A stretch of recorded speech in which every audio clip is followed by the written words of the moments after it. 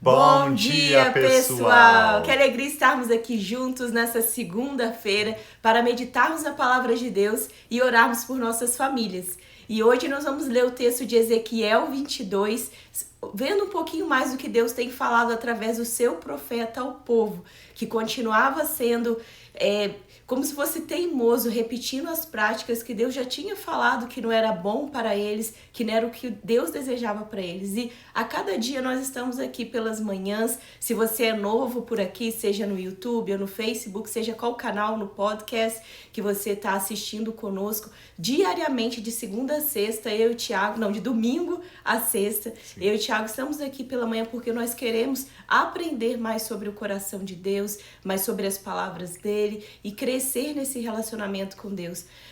Eu e o Thiago já estamos no nosso 4º ano fazendo isso, aqui online com vocês, e é um prazer, um privilégio para nós fazer aquilo que nós fazíamos na intimidade do nosso lar diariamente e fazer isso também em público para estimular, para encorajar tantas pessoas. Tem pessoas que estão aqui conosco desde o iniciozinho, quando eu comecei com salmos, e muitas pessoas também foram ao longo do caminho se unindo a nós, e nós convidamos a você a se unir a nós nessa leitura bíblica. Se você deseja também saber sobre outros livros da Bíblia que nós já lemos, no nosso canal do YouTube Família e Fé, você pode encontrar várias outras leituras de outros livros da Bíblia também, e nós convidamos a você continuar firme, mesmo que algumas vezes possa não fazer tanto sentido para o momento que você está vivendo. Nós sempre cremos que o Espírito Santo tem uma revelação nova diariamente para cada um de nós. Eu e o Thiago já tínhamos lido a Bíblia juntos, a Bíblia completa juntos outras vezes, e tem sido tão especial, né, que nós temos lido juntos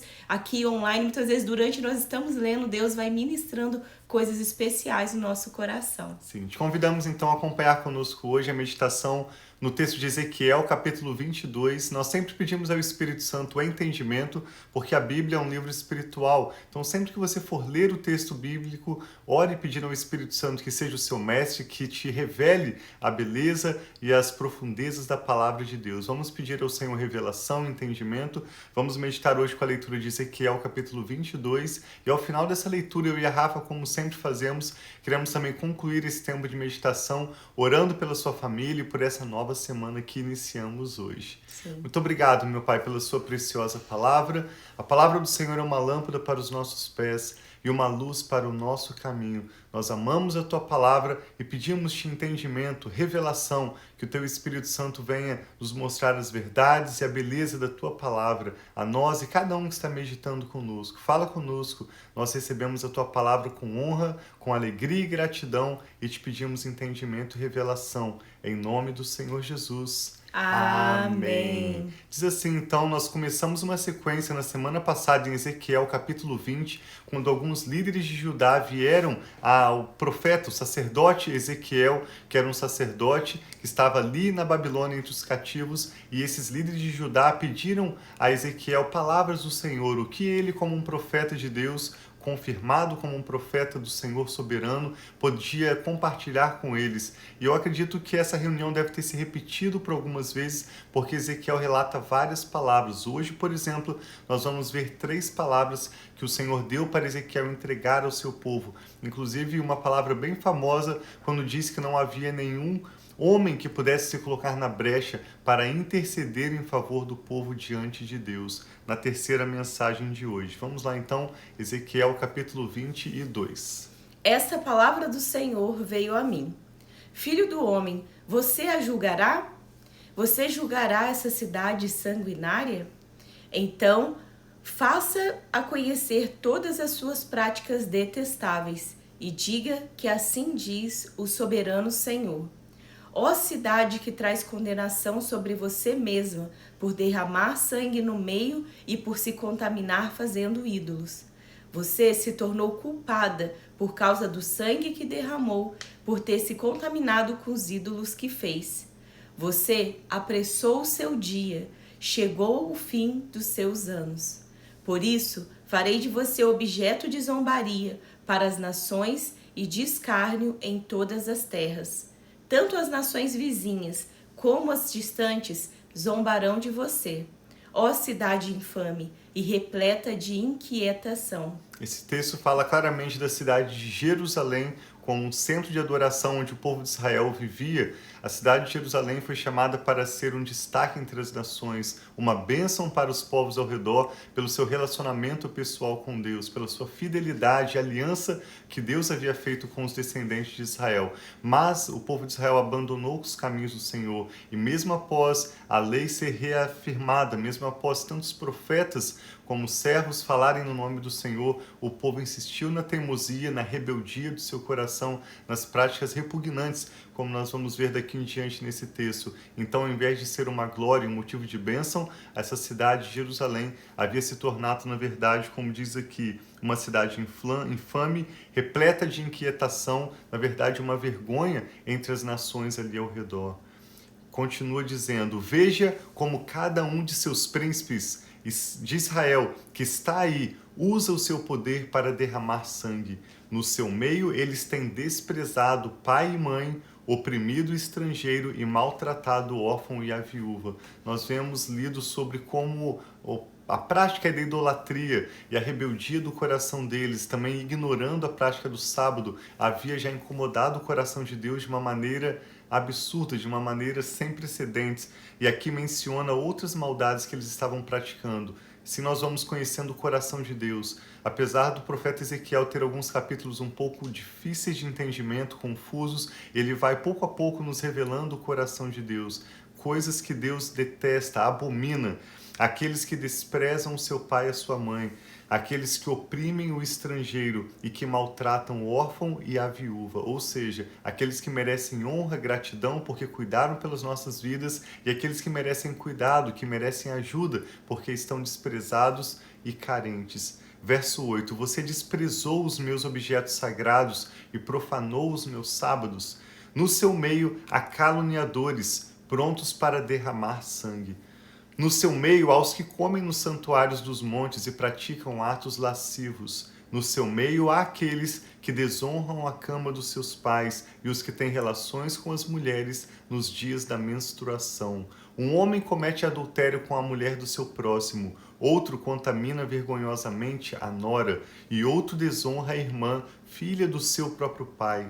No seu meio, há homens que aceitam suborno para derramar sangue. Você empresta a juros visando a lucro e obtém ganhos injustos, extorquindo o próximo. Você se esqueceu de mim, declara o soberano Senhor. Então, que Deus mostra várias atitudes que nós precisamos avaliar a nossa própria vida. Se nós temos cometido qualquer uma dessas atitudes que nós vemos que não agrada ao coração de Deus. E diz no verso 13, Ezequiel 22, 13: eis que bato as minhas mãos, uma na outra, contra os ganhos injustos que você obteve e contra o sangue que você derramou no seu meio.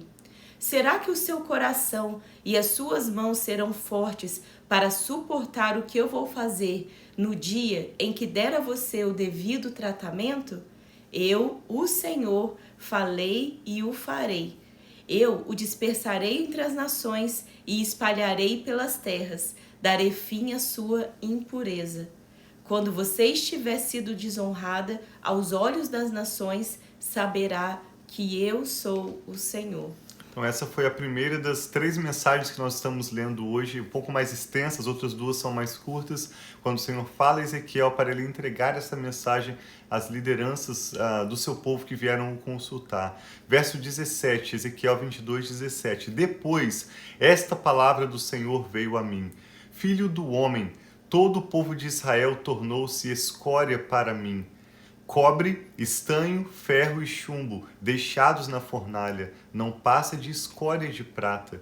Por isso, assim diz o soberano Senhor: visto que vocês todos se tornaram escória, eu os ajuntarei no meio de Jerusalém. Como os homens ajuntam prata, cobre, ferro, chumbo e estanho no meio de uma fornalha a fim de fundi-los, soprando fortemente o fogo, assim na minha ira e na minha indignação ajuntarei vocês e os fundirei. Eu os ajuntarei e soprarei sobre vocês o fogo da minha ira, e vocês se derreterão. Como a prata se derrete em uma fornalha, assim vocês se derreterão dentro dela e saberão que eu, o Senhor, derramei a minha ira sobre vocês. Sim, nessa segunda mensagem ele usa a metáfora de uma fornalha onde se derrete para purificar metais preciosos. E o Senhor compara essa cidade de Jerusalém como sendo a fornalha. E a escória que vai sobrar desse material precioso, que não tem valor, que é resto, com o povo que não tem valor, porque se afastou dos caminhos do Senhor, e a promessa do Senhor é que viria esse fogo para os fundir, como provação, dificuldades, violência, todo tipo de desgraça, como consequência das más escolhas que o povo vinha escolhendo. O meu pai tem um cadinho, que é um equipamento para fundir metal. Eu já vi várias vezes ele fundindo metal, usando um maçarico com uma chama bem intensa, por bastante tempo, até que aquele metal se esquenta, se aquece tanto, a ponto dele ficar vermelho e ficar líquido. E aí, quando aquele cadinho gira como uma centrífuga, o material pode, de fato, já estar purificado e derretido para o seu uso conforme necessário. Mas o que sobrava dessa purificação em uma fornalha, quando eles usavam a prata, os materiais preciosos, eram a escória, que não tinha valor algum, senão para ser jogado fora. E assim o Senhor disse que seria com o povo de Jerusalém. Eles seriam fundidos, seriam expostos a provações, a dificuldades, até que sobraria apenas o resto, aquilo que não teria valor algum. E a partir do verso 23, a terceira palavra, quando diz de novo, a palavra do Senhor veio a mim, e ele disse: Filho do homem, diga a esta terra: você é uma terra que não se purificou, nem se recebeu chuva no dia da ira. Nela, os seus príncipes conspiram como um leão que ruge ao despedaçar a sua presa. Devoram pessoas, apanham tesouros e objetos preciosos e fazem muitas viúvas. Os seus sacerdotes cometem violência contra a minha lei e profanam as minhas ofertas sagradas. Não fazem distinção entre o sagrado e o comum. Ensinam que não existe nenhuma diferença entre o puro e o impuro. Além disso, fecham os olhos quanto à guarda dos meus sábados, de maneira que sou desonrado no meio deles. Os seus oficiais são como lobos que despedaçam as suas presas, derramam sangue e matam gente para obter lucro ou ganhos injustos. Os seus profetas encobrem esses feitos, como quem passa cal em um muro. Nós lemos várias vezes no livro do profeta Ezequiel, também no livro do profeta Jeremias, que foi contemporâneo de Ezequiel, como havia vários falsos profetas para falar o que o povo queria ouvir. Eles profetizavam paz e prosperidade no momento em que o Senhor estava chateado com o seu povo por causa dos maus caminhos, e o que estava prestes a vir, na verdade, era desgraça, morte, peste, e aqueles falsos profetas anunciavam paz, enquanto não havia paz. E o povo queria escutar os falsos profetas que estavam dando como se fossem boas notícias, mas o tempo todo Deus estava avisando o seu povo: se arrependa, volte aos seus caminhos, porque vai chegar o dia onde que essa conta seria paga, né? Esse juízo chegaria. Ezequiel era um desses profetas que genuinamente serviam o Senhor como um porta-voz para o seu povo. Diz sobre os falsos profetas ainda: eles têm visões falsas e adivinhações mentirosas. Dizem: assim diz o soberano Senhor, quando o Senhor não falou. O povo da terra pratica extorsão e comete roubos, oprime os pobres e os necessitados e maltrata os estrangeiros, negando-lhes justiça. Olha o verso 30, que interessante, até bem conhecido esse verso, Ezequiel 22, 30. Procurei entre eles um homem que erguesse o muro e se pusesse na brecha, diante de mim em favor desta terra, para que eu não a destruísse, mas não encontrei nenhum. Por isso derramarei a minha ira sobre eles e o consumirei com o fogo do meu furor. Sofrerão as consequências de tudo o que fizeram, declara o soberano Senhor. Sim, esse é o texto de Ezequiel, capítulo 22, com 3 palavras de juízo sobre o povo do Senhor, que apesar da aliança com Deus, apesar de conhecer a palavra, as instruções da lei do Senhor, estavam escolhendo voluntariamente viver fora dos caminhos do Senhor, o que parecia agradável à sua própria alma, o que parecia certo à sua própria mente, independente daquilo que o Senhor estava lhes falando. Esse verso 30 muitas vezes é interpretado como que não havia nenhum intercessor entre o povo, mas na verdade não é exatamente isso que a palavra de Deus está dizendo. Como diz, o Senhor se coloca como homem, ele chama Ezequiel filho de homem e ele se coloca como se fosse um homem procurando alguém, um homem que erguesse o muro, que se colocasse na brecha. Imagina um muro que tem um lugar vazio, depois ele continua. Esse homem que se colocasse na brecha seria aquele que iria se colocar entre Deus e o povo para interceder a Deus em favor do povo. E não significa que não havia fiéis, não significa o texto que não havia justos. Se você pensar, o próprio profeta Ezequiel era um servo de Deus, fiel, mesmo quando ele teve que encenar, dramatizar como teatro, mesmo quando ele teve que entregar palavras duras, Ezequiel em tudo foi fiel no seu chamado a Deus. Contemporâneo de Ezequiel, nós lemos antes desse livro também o profeta Jeremias, que escreveu o seu rolo do profeta Jeremias e também o livro chamado Lamentações. Jeremias também sofreu no seu ministério, sentindo a dor do coração de Deus. Jeremias foi fiel. Havia homens naquele período, tanto na cidade de Jerusalém, como Jeremias, que permaneceu em Jerusalém, quanto na Babilônia, Ezequiel, Daniel, mas o Senhor falou ao profeta Jeremias: não interceda em favor desse povo. Quando Jeremias expressa algumas orações no livro de Jeremias, ele está reclamando diante de Deus que o povo queria matá-lo. Enquanto Jeremias estava sendo fiel a Deus, os seus conterrâneos estavam buscando tirar a sua vida. Existe Daniel, e a Bíblia diz através do profeta Ezequiel que ainda que Daniel, ou Jó, ou Noé intercedessem em favor desse povo, Deus não iria ouvir a oração deles. O problema, então, não era que não havia intercessores, o problema era que a rebeldia do povo como um todo era tamanha contra Deus, a sua insistência, a sua teimosia fora dos caminhos do Senhor, que Deus não estava disposto a ouvir. Não tinha ninguém que pudesse se colocar diante de Deus para interceder em favor do povo, de modo a convencer o Senhor a mudar de atitude. Nesse ponto, Deus já havia determinado que o julgamento, a disciplina viria para o seu povo, para os refinar. E, como consequência, depois do cativeiro, Deus iria restaurar um remanescente para cumprir a sua promessa a Abraão, Isaque e Jacó, aos descendentes de Israel, que eles se tornariam uma bênção, uma origem, uma fonte de bênção para famílias de todas as nações, o que aconteceu com a vinda do Senhor Jesus, Salvador para todos os povos. Mas nesse contexto, essa geração foi julgada e disciplinada na ira do Senhor. Que hoje nós possamos nos colocar nessa brecha em favor dos nossos familiares, em favor de alguém que você sabe que hoje está passando um momento difícil, mas essa pessoa está iludida, essa pessoa está na ignorância dos caminhos do Senhor, especialmente quando nós oramos pela nossa cidade, pela nossa nação. Nós oramos sim por aqueles que conhecem a palavra de Deus, mas há um valor especial quando nós oramos por aqueles que estão na ignorância, que ainda não conhecem a palavra de Deus, ou ainda precisam de uma revelação mais completa de quem Deus é.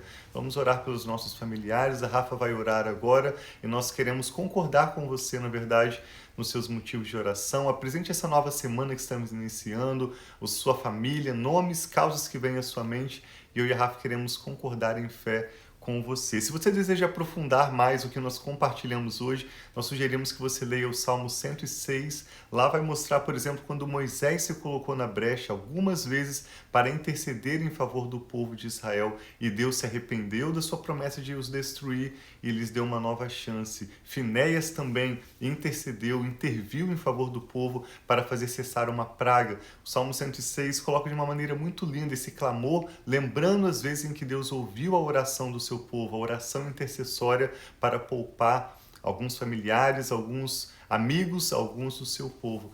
E é isso que nós queremos fazer agora, orar pela nossa família e interceder por aqueles que necessitam das nossas orações. Amém. Vamos então, orar. Você pode enviar, igual a Maria de Fátima enviou ali, o nome dos familiares. Amém. Ou você pode colocar, enquanto nós estamos orando, o nome do seu familiar também, sabendo que Deus cuida. E ontem mesmo, quando o Thiago estava falando, eu lembrei da Sarinha, que estava comentando com a gente uma palavra que ela ouviu no retiro que ela foi, que como as pessoas que não conhecem a Jesus não conseguem discernir, não conseguem ver a diferença do que é essa pureza, essa palavra de Deus, a beleza de quem é o Senhor. Então nós precisamos sim orar, interceder pelos